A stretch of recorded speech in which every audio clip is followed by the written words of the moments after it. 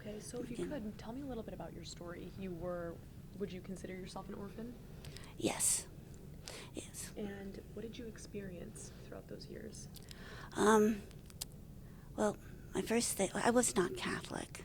And so that was a bit of a problem because I didn't quite understand things. And I mean, these nuns had French Canadian, thick French accents. So sometimes I just did not understand what they were talking about. And my first half hour there, I nearly got smacked across the face because I didn't understand what she was asking me. And so I kind of got the feeling then that things were not so great there. And it was the next morning when I was told by one of the nuns, Sister Jones, to wait for her to show me how to make the bed. It's like the hospital corners, square corners. And while I was doing that, she went and checked on one of the girls who cleaned the bathroom, and she said that there was still a spot on the floor and told the girl to clean the bathroom all over again. And the girl said no. She was wearing a back brace. Sister Julie started hitting her, literally, so she was bouncing off the walls. It was probably the back brace because it was like protect her kidneys, but it was like horrifying. And that kind of began the way it was there. Did you personally see any of the deaths coming? I did not see any deaths. I could have sworn sometimes that they would have killed people, or could have killed people. They definitely could have killed people. The way they did not hold back, oftentimes. Immediately, I was given the number 14. All my belongings were taken away, and I was given some clothes from that they had, and never really saw my stuff again. There was one time we were all made to sit on our beds a lot, for whatever reason, for like a long time. And one time, when we were all supposed to sit on our beds, they were dragging, I guess, a girl into the elevator. She was terrified of elevators, and she screamed so horrifyingly. I really thought they were killing her, and I don't know what possessed me, because I ran out to try to help her, and then I saw like her hands against the elevator door, outside the walls, and one of time I had her legs, and the other one was trying to get her hands free, and then I just kind of stopped, and they told me to go back to my dorm. I was kind of thinking, okay, that was dumb. What's going to happen to me? Right. One of the hardest things, well, the food. We were made to force the food, and if, of course, we didn't, they'd force it down us. If we threw up, they'd force us to eat that too. And at night, sometimes they'd come in and pull girls out of bed who were sleeping and beat them. And so I wouldn't sleep at night. I'd wait until the nun who was near our dorm was asleep before I'd go to sleep to make sure it was safe. And living with those memories now, is that tough for you? How did you suffer personally throughout the rest of your life? I've been in, I tried to kill myself when I was there. There were other things that were going on. I was able to do chores really well. And so I got the privilege of working in the second nursery. And there's this little boy, he was just 3 years old, came in from the hospital, cuts and bruises on him, his mother giving him.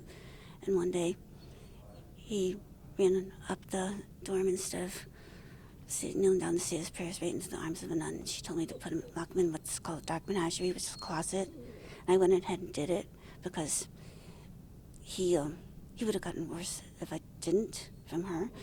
And I just couldn't live with that. And the caseworker, soon after I got there, I was sexually abused by the caseworker and some kind of visiting priest. And the caseworker had tried to convince me that I was a lesbian, and I was afraid that being around other girls was going to get them in trouble. But there was a couple 10-year-olds. I was 14 at the time. And I thought, well, they'd be safe. They're 10 or 10, 11. And one of the counselors who was outside told us that she thought we were planning to run away and go up and tell the nuns, and I realized they were going to get in trouble just for being with me. We weren't doing anything wrong. We were listening to my radio. And so they went up, and I stayed behind, and I cut my wrist, and I was a kid. I didn't know anything. I thought, you die. I didn't die. And when the blood started coming, I thought, well, I'll just go wash it off. But I got grabbed from behind and brought to the hospital, and next day admitted. And never ended. Well, I did go back for one night, and somebody asked me if I'd do it again, and I said yes. So they wouldn't take me back. Right. And I'm so sorry to hear that, first of all. And so moving forward with TJ Donovan and, you know, everybody moving forward wanting to do something about this, what's your take on that? Do you think that it should have been done sooner? Or do you think that taking action now is just fine? It definitely should have been done sooner. I'm fine with it happening now, if it really does happen. A lot of people have problems with trust. When we came forward in the 1990s, it was like a lot of feel they were abused all over again because the diocese made promises and reneged on them and delayed everything, and then finally put a price on everybody's head, like $5,000, which, I mean, we've been in therapy for years and years, and we're still continuing in therapy. Some racked up bills because the diocese was going to pay, ended up having to pay them themselves that they couldn't afford, going into bankruptcy, and it's like they felt like they're abused all over again. And I listened to actually on your station, the bishop last night, and I thought, well, maybe we could give him a chance. I mean, he wasn't around at the time, and maybe he is sincere. So I'm thinking, well, check it out. Take the bite cautiously and see what can happen. I don't know what they could do. I don't know how justice could be done right now. But, I mean, that's some of the things that we still have to talk about. And do you think that with these people of power taking a stance here and trying to do what's good for people like yourself, do you think that'll come with some healing for you? I believe it will. And one thing I really want to do is I want to know that the state is involved, because I was a ward of the state, and some others were too. It's like, without them doing something, it's still like, in some ways, feeling abandoned by them. I mean, they're responsible for me. And I'm not sure about, I mean, how could I go to the diocese for healing or whatever when they weren't responsible? Well, in some ways they were, because I was placed in their care. But it was really the state. And so I want to be sure that the state does take some responsibility and check into this stuff. I mean, it was a crime. There were lots of crimes there.